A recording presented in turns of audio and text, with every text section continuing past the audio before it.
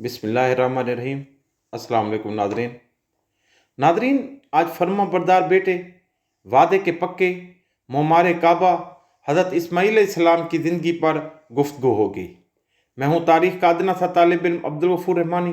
آپ دیکھ رہے ہیں یوٹیوب چینل ہسٹری ود رحمانی۔ آپ اگر تاریخ سے دلچسپی رکھتے ہیں تو میرے چینل کو ضرور سبسکرائب کریں تاکہ تاریخ اسلام کی تمام ویڈیوز آپ کو بر وقت مل سکیں۔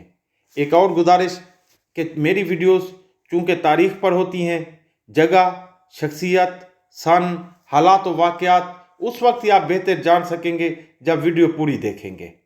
ناظرین، حضرت ابراہیم علیہ السلام کی پہلی شادی اپنی چچا زاد حضرت سارہ سے ہوئی، لیکن وہ ایک عرصے تک اولاد کی نعمت سے محروم رہے۔ ایک دن حضرت سارہ نے ان سے فرمایا کہ آپ حضرت حاجرہ سے نکاح کر لیں، شاید اللہ تعالیٰ ان کے بطن سے اولاد عطا فرما دے۔ دراصل یہ سب کچھ من جانب اللہ ہی تھا۔ حضرت ابراہیم علیہ السلام نے حضرت حاجرہ کو اپنی زوجیت میں لے لیا اور پھر شادی کے 1 سال بعد ہی انہوں نے حضرت اسماعیل علیہ السلام کو جنم دیا۔ اس وقت حضرت ابراہیم علیہ السلام کی عمر مبارکہ 86 سال تھی۔ جب حضرت حاجرہ امید سے تھی تو فرشتے نے آپ کو لڑکا ہونے کی نوید سنائی اور اسماعیل نام رکھنے کا کہا۔ حضرت اسماعیل علیہ السلام 1800 قبل مسیح میں پیدا ہوئے۔ ناظرین، حضرت ابراہیم علیہ السلام دعاؤں، آرزوؤں اور تمناؤں کے بعد 53 سالی میں پہلے فرزند کی پیدائش پر خوشیوں کا بھرپور اظہار بھی نہ کر پائے تھے کہ انہیں ایک اور آزمائش سے گزرنا پڑا۔ وہ اللہ تعالیٰ کے حکم پر اپنے نومولود بیٹے اور فرما بردار بیوی کو ایک ایسی وادی میں چھوڑ آئے کہ جہاں میلوں تک پانی تھا نہ چرند پرند، اور آدم تھا نہ آدم زاد۔ وادی فاران کے سنگلاخ کالے پہاڑوں کے درمیان تپتے صحرا کے ایک بوڑھے درخت کے نیچے اللہ کی ایک نیک اور برگزیدہ بندی اپنے نومولود معصوم بیٹے کے ساتھ چند روز سے قیام پذیر ہے۔ جو زاد راز ساتھ تھا ختم ہو چکا۔ ماں بیٹا بھوک پیاس سے بے حال ہے۔ ماں کو اپنی تو فکر نہیں، لیکن بھوکے پیاسے بچے کی بے چینی پر ممتا کی طرف فطری امر ہے۔ لیکن اس لک و دک صحرا میں پانی کہاں؟ جوں جوں لخت جگر کی شدت پیاس میں اضافہ ہو رہا تھا، ممتا کی ماری ماں کی بے قراری بھی بڑھتی جا رہی تھی۔ اسی حالت اضطراب میں قریب واقع پہاڑی صفا پر چڑھی کہ شاید کسی انسان یا پانی کا کوئی نشان مل جائے، لیکن بے سود۔ تڑپتے دل کے ساتھ بھاگتے ہوئے ذرا دور دوسری پہاڑی مروہ پر چڑھی، لیکن بے فائدہ۔ دونوں پہاڑیوں کے درمیان پانی کی تلاش میں 7 چکر مکمل کر لیے۔ ادھر اللہ تعالیٰ نے حضرت جبرائیل امین کے ذریعے شیر خال اسماعیل علیہ السلام کے قدموں تلے دنیا کا سب سے متبرک اور پاکیزہ پانی کا چشمہ جاری کر کے رہتی دنیا تک کے لیے یہ پیغام دے دیا کہ اللہ پر توکل کرنے والے صابر و شاکر بندوں کو ایسے ہی بیش قیمت انعامات سے نوازا جاتا ہے۔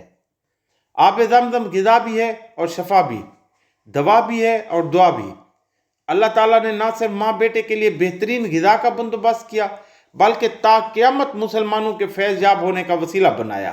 حضرت حاجرہ اپنے صاحبزادے کے ساتھ وہیں رہ رہی تھی کہ ایک روز عرب کے قبیلے بنو جرہم کے کچھ لوگ پانی کی تلاش میں وہاں پہنچے اور حضرت حاجرہ کی اجازت سے وہاں رہائش اختیار کر لی۔ پھر دوسرے قبائل بھی وہاں آ کر آباد ہوئے اور یوں دیکھتے ہی دیکھتے وہ سنسان صحرا دنیا کے سب سے مقدس و متبرک اور عظیم شہر مکہ مکرمہ میں تبدیل ہو گیا۔ حضرت حاجرہ نے بیٹی کی پرورش اور تعلیم و تربیت پر خصوصی توجہ دی۔ ناظرین، 13 سال کا طویل عرصہ جیسے پلک جھپکتے گزر گیا۔ حضرت اسماعیل علیہ السلام مکے کی مقدس فضاؤں میں آب زمزم پی کر اور صبر و شکر کا پے کر عظیم ماں کی آغوش تربیت میں پروان چڑھتے ہوئے بہترین صلاحیتوں کے مالک خوبصورت نوجوان کا روپ دھار چکے تھے کہ ایک دن حضرت ابراہیم علیہ السلام تشریف لائے اور فرمایا، اے بیٹا، میں خواب میں دیکھتا ہوں کہ تمہیں ذبح کر رہا ہوں، تو تم سوچو کہ تمہارا کیا حال ہے۔ فرما بردار بیٹے نے سر تسلیم خم کرتے ہوئے فرمایا، ابا جان، آپ کو جو حکم ہوا ہے وہی کیجئے، اللہ نے چاہا تو آپ مجھے صابرین میں پائیں گے۔ حضرت اسماعیل علیہ السلام کا یہ سعادت مندانہ جواب دنیا بھر کے بیٹوں کے لیے آداب فرزندی کی ایک شاندار مثال ہے۔ اطاعت و فرما برداری اور تسلیم و رضا کی اس کیفیت کو علامہ اقبال نے یوں بیان کیا ہے، یہ فیضان نظر تھا یا کہ مکتب کی کرامت تھی، سکھائے کس نے اسماعیل کو آداب فرزندی۔ حضرت ابراہیم علیہ السلام نے بیٹے کا جواب سنا تو انہیں سینے سے لگایا اور حضرت حاجرہ کے پاس آئے اور فرمایا، اے حاجرہ، آج ہمارے نور نظر کو آپ اپنے ہاتھوں سے تیار کر دیجئے۔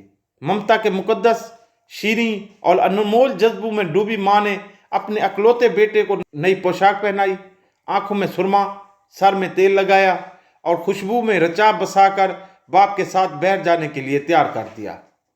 اسی اثناء میں حضرت ابراہیم علیہ السلام بھی ایک تیز دھار چھری کا بندوبست کر چکے تھے۔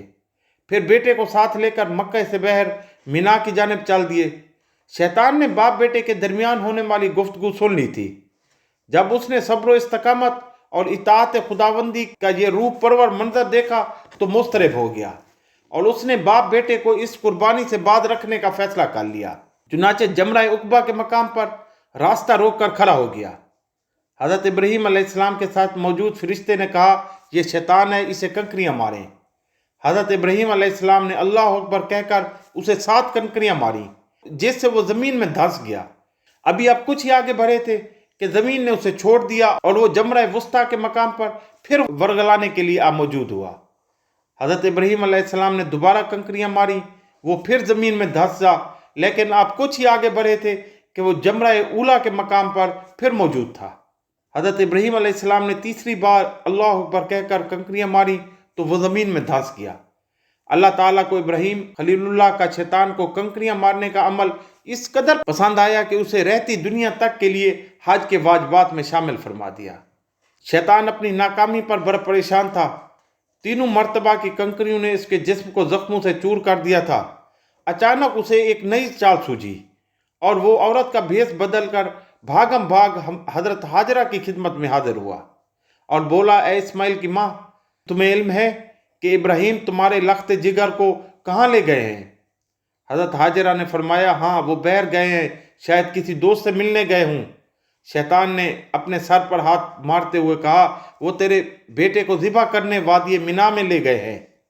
حضرت حاجرہ نے حیرت اور تعجب کا اظہار کرتے ہوئے فرمایا، یہ کیسے ممکن ہے کہ ایک شفیق اور مہربان باپ اپنے چہیتے اور اکلوتے بیٹے کو ذبح کر دے؟ اس موقع پر بے ساختہ شیطان کے منہ سے نکلا، وہ یہ سب اللہ تعالیٰ کے حکم پر کر رہے ہیں۔ یہ سن کر صبر و شکر اور اطاعت و فرما برداری کی پیکر اللہ کی برگزیدہ بندی نے فرمایا، اگر یہ اللہ تعالیٰ کا حکم ہے تو ایک اسماعیل کیا، اس کے حکم پر 100 اسماعیل قربان ہیں۔ شیطان یہاں سے بھی نامراد ہو کر واپس مینا کی جانب پلٹا، لیکن وہاں کا ایمان افروز منظر دیکھ کر اپنے سر پر خاک ڈالنے اور چہرہ پیٹنے پر مجبور ہو گیا۔ وادی مینا کے سیاہ پہاڑ، نیلے شفاف آسمان پر روشن آگ برساتا سورج، فلک پر موجود تسبیح و تحلیل میں مصروف ملائکہ، اللہ کی راہ میں اپنی متاع عزیز کی قربانی کا محیر العقول منظر دیکھنے میں محو تھے۔ مکے سے آنے والی گرم ہوائیں بھی مینا کی فضاؤں میں موجود عبادت و اطاعت، تسلیم و رضا اور صبر و شکر کی ایک عظیم داستان رقم ہوتے دیکھ رہی تھی۔ روایت میں آتا ہے کہ جب حضرت ابراہیم علیہ السلام نے حضرت اسماعیل علیہ السلام کو لیٹنے کی ہدایت دی تو حضرت اسماعیل علیہ السلام نے فرمایا، ابا جان، میں پیشانی کے بل لیٹتا ہوں تاکہ آپ کا چہرہ مجھے نظر نہ آئے، اور آپ بھی اپنی آنکھوں پر پٹی باندھ لیں تاکہ جب آپ مجھے ذبح کر رہے ہوں تو شفقت پدری کے امر الہی پر غالب آنے کا امکان نہ رہے۔ ناظرین، صبر و استقامت کے کوہ گراں والد نے جگر گوشہ کے مشورہ پر عمل کیا، اور جب اسماعیل علیہ السلام لیٹ گئے تو تکمیل احکام خداوندی میں تیز دھار چھری کو پوری قوت کے ساتھ لخت جگر کی گردن پر پھیر دیا۔ باپ بیٹے کی اس عظیم قربانی پر قدرت خداوندی جوش میں آئی اور اللہ تعالیٰ کے حکم سے حضرت جبرائیل علیہ السلام جنت کے باغات میں پلے سفید رنگ کے خوبصورت مینڈے کو لے کر حاضر ہوئے۔ ابراہیم خلیل اللہ نے ذبح سے فارغ ہو کر آنکھوں سے پٹی ہٹائی تو حیرت زدہ رہ گئے۔ بیٹے کی جگہ ایک حسین مینڈا ذبح ہوا پڑا تھا، جبکہ اسماعیل علیہ السلام قریب کھڑے مسکرا رہے تھے۔ اسی اثناء میں غیب سے آواز آئی، اے ابراہیم، تم نے اپنا خواب سچا کر دکھایا، بے شک ہم نیکی کرنے والوں کو ایسا ہی بدلہ دیا کرتے ہیں۔